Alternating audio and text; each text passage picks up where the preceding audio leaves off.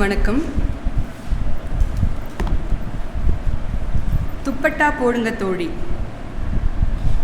கீதா இளங்கோவன் எழுதியது. நிறைய பேர் இந்த புத்தகம் பற்றி கேட்டிருப்பீங்கன்னு நினைக்கிறேன். இந்த புத்தகம் பொதுவாக ஒரு புத்தகம் அப்படிங்கிறது நம்ம வாசிக்கும்போது ஏதோ ஒரு உணர்வை நம்மக்கிட்ட கடத்தணும், ஏதோ ஒரு கேள்வியை நம்மக்கிட்ட எழுப்பணும். இந்த புத்தகத்தை நான் எப்படி பார்த்தேன் அப்படின்னா, இது கேள்வி எழுப்புகிற புத்தகம் இல்லை, இது ஒரு விடை. இவ்வளோ நாள் காலமாக நம்ம கேட்டுட்டு இருந்த சரியோ தவறோ ஒரு குறிப்பிட்ட சில மனிதர்களை, பெண்களை பார்த்து கேட்டுட்டு இருந்த எல்லா கேள்விகளுக்கும் ஒரு சரியான பதிலடி கொடுத்தா எப்படி இருக்குமோ அதுதான் இந்த புத்தகம் அப்படின்னு நான் நினைக்கிறேன். இதில் ஒரு 30 தலைப்பிலான கட்டுரைகள் இருக்குது. இந்த 30 கட்டுரைகளுமே இதுவரைக்கும் நம்ம சமுதாயத்தில் இருக்கக்கூடிய கட்டமைப்புகளை கேள்வி கேட்குது. அதாவது இவ்வளோ நாள் நம்ம என்ன பண்ணிட்டு இருந்தோம், ஒரு தனிப்பட்ட ஆண் பெண் இருபாலினம் இருக்கும்போது ஒருத்தங்களை மட்டும் நம்ம என்ன மாதிரியான கேள்விகளுக்கு ஆட்படுத்தி கொண்டே வந்திருக்கோம் அப்படின்னு கேள்வி எழுப்பிட்டுருக்கு. சின்ன விஷயங்கள்லேருந்து இப்போது ஒரு எடுத்துக்காட்டுக்காக ஆண்கள் சட்டையில் அவங்க பயன்படுத்துகிறாங்களோ இல்லையோ பேக்கெட் அப்படிங்கிறது இயல்பாகவே தைக்கப்பட்டிருக்கும். ஆனால் பெண்ணுக்கு அது தேவை இருக்குது. ஆனால் அது இது வரைக்கும் யாரும் கவனிச்சிருப்பாங்களான்னு தெரியல. பெண்ணினுடைய சட்டைகளில் பேண்ட் ஆகட்டும், அதே மாதிரி குர்த்தாகட்டும், இதில் இப்போ தான் தற்காலமாகத்தான் ஒரு பேக்கெட் வேணும் அப்படிங்கிறதே கவனிச்சிருக்காங்க. அப்போது பெண் ஆடைகளில் பேக்கெட் இல்லைங்கிறதுல இருந்து அரசியலில் கூட பெண்ணுக்கு சரியான ஒரு இடம் இல்லை, இன்னும் அவங்க அந்த இடத்துக்கு கூட வரல அப்படின்னு சின்ன விஷயங்கள்லேருந்து பெரிய விஷயங்கள் வரைக்கும் அவங்க கேள்விக்கு உள்ளாக்கியிருக்காங்க. இந்த புத்தகம் நான் படிக்கும்போது நிறைய விஷயங்களை தேடி தெரிஞ்சு கொள்ள வேண்டியதாக இருந்துச்சு. ஒரு படைப்பு நம்மளை நிறைய விஷயங்களை நோக்கி நகர்த்தும் போது அது வெற்றி பெறுது அப்படின்னு நான் நினைக்கிறேன். ஏன் அப்படின்னா இதில் நிறைய படங்கள் பற்றி சொல்லியிருக்காங்க, நிறைய செய்திகள், நம்ம கேட்டிடாத விஷயங்கள், நம்ம இது வரைக்கும் தெரியாத நிறைய விஷயங்களை பற்றி இதில் குறிப்பிட்டிருக்காங்க. 2018 ஆந்திராவில் கோதாவரி அப்படிங்கிற ஒரு இடத்துல ஒரு 9 பெரியவங்க சேர்ந்து ஒரு முடிவு எடுத்திருக்காங்க. யாராச்சும் கேள்விப்பட்டிருப்போமா? நான் இது வரைக்கும் கேள்விப்பட்டதில்லை. முதல் முறையாக இந்த புத்தகம் படித்து அதுக்கப்புறம் இதை சார்ந்து தேடும்போது தான் நான் தெரிஞ்சுக்கிட்டேன். அந்த 9 பெரியவர்கள் சேர்ந்து என்ன முடிவெடுத்தாங்க அப்படின்னா, காலையில் 7 மணிலேருந்து சாயந்தரம் 7 மணி வரைக்கும் அந்த ஊரில் இருக்கிற எந்த பெண்களும் நைட்டி அணியக்கூடாது அப்படின்னு ஒரு முடிவெடுத்திருக்காங்க. அப்படி அவங்க நைட்டி அணிஞ்சால் 2000 ரூபாய் அபராதம். அணிகிறத பார்த்து ஏதாவது ஆண்களோ பெண்களோ அதை சொல்லி கொடுத்தாங்க அப்படின்னா அவங்களுக்கு 1000 ரூபாய் கொடுப்பாங்களாமா சன்மானமாக. இதை கேட்ட உடனே நமக்கு இதை எப்படி ஒத்துக்க முடியும்? அவங்களுடைய ஆடை பொதுவாக நம்ம ஆரம்பத்திலேருந்தே ஒரு பெண்ணை பற்றி பேசும்போது ஆடையை பற்றி நம்ம பேசிகிட்டே தான் வந்துட்டுருக்கோம். இதை என்னால் ஏற்றுக்கொள்ளவே முடியல. அதாவது அது அழகாக இருக்குது, இல்லை சௌகரியமாக இருக்குது அப்படின்னு எந்த கருத்துக்காக வேணாலும் நம்ம அதை தடுக்கலாம், இல்லை ஏற்றுக்கொள்ளலாம். ஆனால் எப்படி நம்ம அவங்களோட அந்த சுதந்திரத்தில் தலையிட முடியும் அப்படின்னு எனக்கு அந்த கேள்வி வந்துகிட்டே இருந்துச்சு இந்த செய்தியை கேட்டதிலிருந்து. அடுத்து இதே உடை சார்ந்து பெங்களூரில் ஒரு பள்ளியில் பள்ளிக்கு பிள்ளைகளை கொண்டு விடும்போது தாய்மார்கள் நைட்டி அணிஞ்சு வராங்க, பள்ளி கேட்டு வரைக்குமே நைட்டி அணிஞ்சு வராங்க, அப்படி வரக்கூடாது, அந்த ஆடை தவிர்க்கப்பட்ட ஆடை அப்படின்னு சொல்கிறாங்க. அப்போ இதில் இந்த ஆசிரியர் கேள்வி கேட்குறாங்க. காலையில் எழுந்து எல்லா வேலையும் பார்த்து காலை உணவு சமைச்சு மதிய உணவு கட்டி கொடுத்து அந்த நேரத்தில் அவசரமாக நான் பிள்ளையை கொண்டு தயார் பண்ணி பள்ளி கதவு வரைக்கும் தான் நான் வரப்போகிறேன், நான் ஆடையை சரி பண்ணிகிட்டு இருப்பேனா, என் பிள்ளையை கொண்டு ஸ்கூலில் விடுவேனா அப்படின்னு ஒரு சரியான கேள்வி கேட்குறாங்க. இதையே இன்னுமே நம்ம இந்த ஆடை இந்த மாதிரியான விஷயங்கள்லாம் பேசிகிட்டே இருக்கோம் அப்படின்னா இன்னுமே இங்கே நிறைய பிரச்சனைகளுக்கான தீர்வு கிடைக்கல. சரியான இப்போது ஒரு பிரச்சனை நடக்குது அப்படின்னா கண்டும் காணாமல் தான் நம்ம போயிட்டே இருக்கோம். அதுக்கான முடிவுகளும் தண்டனைகளும் இங்கே இன்னுமே முறையாக தீர்மானிக்கப்படாத வரையிலும் இந்த பிரச்சனை பேசப்பட்டுட்டே இருக்க வேண்டியது தான் அப்படின்னு சொல்ல முடிஞ்சது. பொதுவாக பெண்களை இப்போது ஏதோ ஒரு விஷயத்தின் பேரில் ஒரு ஆதிக்கம் செலுத்தி நம்ம அவங்கள ஒரு கட்டமைப்புக்குள்ளே வச்சுட்டே இருக்கோம்.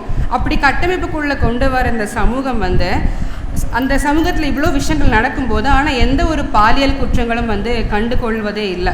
அது ஒரு பெரிய விஷயமா அவங்களுக்கு எடுத்துக்கிறது இல்லை. ஒரு ஆடை சரியில்லை அப்படின்னோ இல்லை அவங்க பண்ணுற விஷயங்கள் சரியில்லை அப்படின்னு சொல்லி குரல் கொடுக்குற எந்த சமூகமும் அவங்களுடைய பிரச்சனைகளுக்கு அந்தளவுக்கு நின்னாங்களா அப்படின்னு கேட்டால் அது ஒரு கேள்விக்குறி தான். அதே மாதிரி தன்னுடைய சௌகரியங்கள் எல்லாம் மறந்து நீங்கள் இவங்க எல்லாரும் சொல்கிற இந்த கட்டமைப்புக்குள்ளேயும் இந்த ஆதிக்கத்துக்குள்ளேயும் இந்த அவங்களுடைய கட்டுப்பாடுகளுக்குள்ளே நீங்கள் இருந்தீங்கன்னா மட்டும்தான் நீங்கள் நல்ல பொண்ணு. இதில் ஒரு வார்த்தை வந்துட்டே இருக்குது, நல்ல பொண்ணு, குடும்ப பொண்ணு, அடக்கமான பொண்ணு, வீட்டுக்கான பொண்ணு அப்படின்னு. அப்போ நான் யோசித்தேன், ஏன் நல்லான் அப்படிங்கிற வார்த்தையே இல்லை? இப்போது பொதுவாக இப்போ நாளைக்கு என்னையும் ஒருத்தவங்க பெண்ணு பார்க்க வராங்க அப்படின்னா, இல்லை ஏதோ ஒரு இடத்துல பொதுவாக ஒரு பொண்ணு பார்க்க போகிறோம் அப்படின்னு அப்படி தான் சொல்லுவாங்க. எப்படிப்பட்ட பொண்ணு வேணும்? குடும்பத்துக்கு அடக்கமான பொண்ணு, அப்படி இல்லைன்னா நல்ல பொண்ணு, இப்படின்னா சொல்லுவாங்க. அப்போ நான் யோசித்தேன், இந்த முன்னாடி இருக்கிற இந்த வார்த்தையெல்லாம் எங்கேருந்து வந்துச்சு? இதே நான் போய் சொல்ல மாட்டேன்ல, நான் ஒரு நல்ல ஆணை பார்க்குறேன், ஒரு குடும்பத்துக்கு அடக்கமான ஆணை பார்க்குறேன் அப்படின்னு நம்ம யாரும் சொல்ல மாட்டோம்ல. அப்போ நமக்கு தெரிஞ்சோ தெரியாமலோ இந்த வார்த்தைகள் எல்லாமே நமக்கு சொல்லி கொடுத்துட்டே வராங்க. இப்போது என்னோட முன்னாடி இருந்த ஒருத்தங்க பயன்படுத்தியிருப்பாங்க, குடும்பத்துக்கு நல்ல பொண்ணாக பார்க்கணும், அடக்கமான பொண்ணாக பார்க்கணும். தெரிஞ்சோ தெரியாமல் நானும் அந்த வார்த்தையை பயன்படுத்துவேன். ஏன் இந்த சொல் ஆண்களிடத்தில் இல்லவே இல்லை அப்படின்னு ஒரு கேள்வி கேட்டுச்சு. ஏன் எனக்கு ஒரு நல்ல ஆண் வேண்டாமா? நான் ஒரு அடக்கமான ஆணை தேர்ந்தெடுக்கக்கூடாதா? என்னோட வீட்டு வேலைகளை பகிர்ந்துக்கிற ஒரு ஆளை நான் தேர்ந்தெடுக்கக்கூடாதா அப்படின்னு நிறைய கேள்வி எனக்குள்ளே வந்துகிட்டே இருந்துச்சு. அதே மாதிரி இந்த புத்தகம் முழுக்க நிறைய பதில்கள் இருக்குதுன்னு சொன்னேன். இப்போது பொதுவாக இப்போது ஒரு சமுதாயத்தில் ஒரு பெண் இருக்காங்க அப்படின்னா அவங்கக்கிட்ட நிறைய கேள்விகள் சின்னதுலேருந்து நிறைய விஷயம் சொல்லி கொடுத்துட்டே இருப்பாங்க. அவங்க வளர்ந்து வரும் வரைக்குமே எல்லா ஆண்கள் கூடயும் சக ஆண்கள் கூட ஒன்றா சேர்ந்து விளையாடி இருப்பாங்க, பேசி விளையாடிருப்பாங்க. ஆனால் அன்னைக்கு வரைக்குமே தன்னுடைய பாலினம் அவங்களுக்கு தெரியாது. நீ ஒரு பெண், அவங்க கூட பேசக்கூடாது, அடக்கமாக தான் இருக்கணும், அந்த மாதிரி எந்த ஒரு கட்டமைப்புக்குள்ளேயும் எந்த ஒரு விஷயத்துக்குள்ளே அவங்க ஆட்படுத்தப்பட்டிருக்கவே மாட்டாங்க. ஆனால் ஒரு குறிப்பிட்ட வயது வந்த உடனேயே அவங்கள அதன் பெயர் சொல்லியே மாற்றி நிறுத்தக்கூடிய நிலைமை இருக்குது அப்படின்னு சொல்கிறாங்க. அது கிடையாது, இதெல்லாம் நம்ம கடந்து வர ஆரம்பிக்கணும் அப்படின்னு சொல்லி இதில் எல்லா விஷயங்களுமே நம்ம இதுவரைக்கும் தெரிஞ்சோ தெரியாமலோ நிறைய விஷயங்களை கேள்வி எழுப்பியிருப்போம். இப்போ சாதாரணமாக ஒரு வெளியே கிளம்பி போகிறதுக்கு கூட இப்போ ஆண்களுக்கு இருக்கக்கூடிய சுதந்திரம் பெண்களுக்கு இருக்கான்னு கேட்டால் அது கேள்வி தான். அவங்களுக்கு அப்படி வெளியே போகணுன்னா கூட முதல்ல அனுமதி வாங்கணும், வீட்டு வேலையெல்லாம் முடிக்கணும். ஒரு வேளை அவங்க வேலை செஞ்சிட்ருக்காங்க அப்படின்னா அந்த அலுவலகத்தில் அவங்க அனுமதி பெறணும். அதுக்கப்புறம் சுற்றி இருக்க எல்லாருக்கும் பதில் சொல்லணும், யார் கூட போகிற, எங்கே போகிற, எப்போ வருவேன், எந்த சார்ந்து போகிற, இப்படி இந்த மாதிரி எல்லா கேள்விகளுக்குமே பதில் சொல்லி முடிச்சதுக்கப்புறம் தான் அந்த இடத்துக்கு நிற்க வேண்டியதாக இருக்குது. அப்படிங்கும்போது அது எவ்வளோ வலியாக இருக்குது அப்படின்னு சொல்கிறாங்க. அப்போ நீங்கள் இதிலிருந்தெல்லாம் மீறி போகும்போது என்ன ஆகுறீங்க அப்படின்னா, சமூகம் உங்கள் மேலே ஒரு கெட்ட பேரை, ஒரு அவதூறை பரப்புது. நீ சரியில்லை, நீ சமூகத்திலிருந்து வேறு மாதிரி இருக்க அப்படின்னு சொல்லி அவங்க மேலே ஒரு கெட்ட பேர் கொடுத்துட்டே இருக்காங்க. இதுக்காக பயந்தே தன்னுடைய உரிமை என்ன, தனக்கான இடம் என்ன அப்படிங்கிறத புரிஞ்சிக்காம, தெரிஞ்சாலுமே சில பேர் பரவாயில்ல நம்ம இந்த இடத்துலையே இருந்துக்குவோம் அப்படின்னு சொல்லி அவங்களுடைய வட்டத்தை சிறுமைப்படுத்தி கொண்டே இருக்காங்க அப்படிங்கிற இடமும் இதில் குறிப்பிடப்பட்டிருக்கு. இதில் சில விஷயங்கள் தெரிஞ்சுக்கும் போது நான் ஒரு படம் பற்றி கேள்விப்பட்டேன், வாட் வில் பீப்புள் சே, ஒரு நார்வீஜியன் மூவி. ஒரு நல்ல படம், கண்டிப்பாக நம்ம எல்லாருமே பார்க்கணும். ஒரு இஸ்லாமிய குடும்பத்தில் வளர்ந்த ஒரு பெண், 16 வயது சிறுமி. அவங்க குடும்பம் ரொம்ப கட்டுப்பாடான குடும்பம். அப்படி இருக்கும்போது அவங்க எல்லாருமே ஆண்கள் அவங்கெல்லாம் அந்த கிரிக்கெட் விளையாடுறது, கிரவுண்டில் நல்லா விளையாடி முடிச்சுட்டு அவங்க அந்த பொண்ணு வீட்டுக்கு வரும்போது அவங்க அப்பாவுக்கு ரொம்ப அடக்கமான பொண்ணாக வீட்டுக்கு வருவாள். அந்த பொண்ணு ஒரு நாள் என்ன பண்ணுறாங்க, தன்னுடைய நண்பர், ஆண் நண்பர், அவங்கள வீட்டுக்கு கூட்டிகிட்டு வராங்க. நைட்டு வீட்டுக்கு கூட்டிட்டு 2 பேரும் பேசிகிட்டு இருக்காங்க.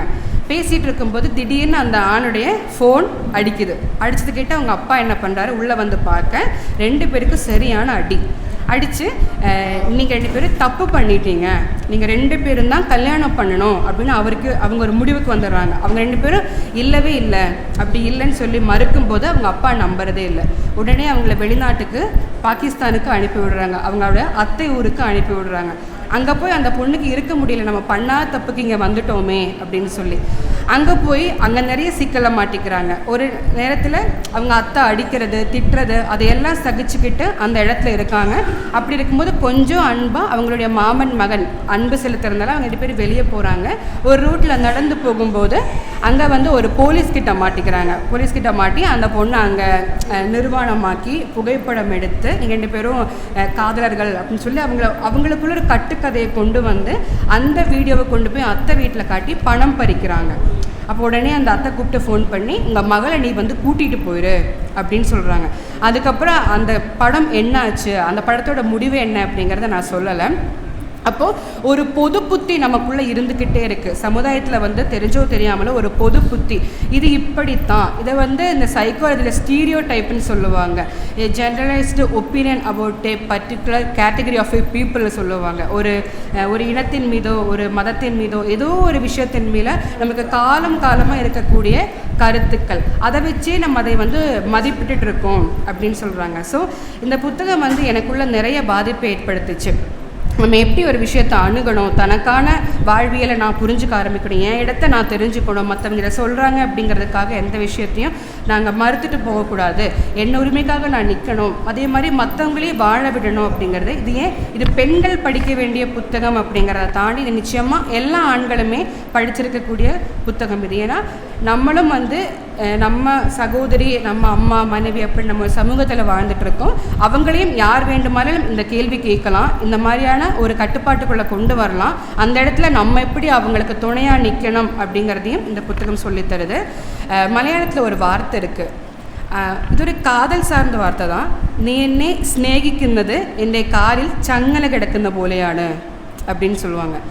எனக்கு அந்த வார்த்தை கேட்டதுலேருந்து இது ஒரு காதல் சார்ந்து, ஒரு காதல் நம்மளை ஆதிக்கம் செலுத்தும் போது ஒரு ஆணை பார்த்து சொல்கிறது அப்படின்னு நினச்சேன். அந்த இடத்த நான் அப்படியே வேறுபடுறேன். அந்த நீங்கிறது யாராக வேணா இருக்கலாம், அது ஒரு குடும்பமாக இருக்கலாம், சமூகமாக இருக்கலாம், அது ஒரு மதமாக இருக்கலாம், ஒரு கட்டமைப்பாக இருக்கலாம், யாராக வேணா இருக்கலாம். நம்மளை அதிகமாக அவங்க அன்பு செலுத்தும் போது, அவங்க அதிகமாக நம்ம மேலே ஆதிக்கம் செலுத்தும் போது, அது கண்டிப்பாக நம்ம காலில் கட்டின சங்கிலி மாதிரி தான் அப்படிங்கிறத நம்மளால் உணர்ந்து கொள்ள முடியும்.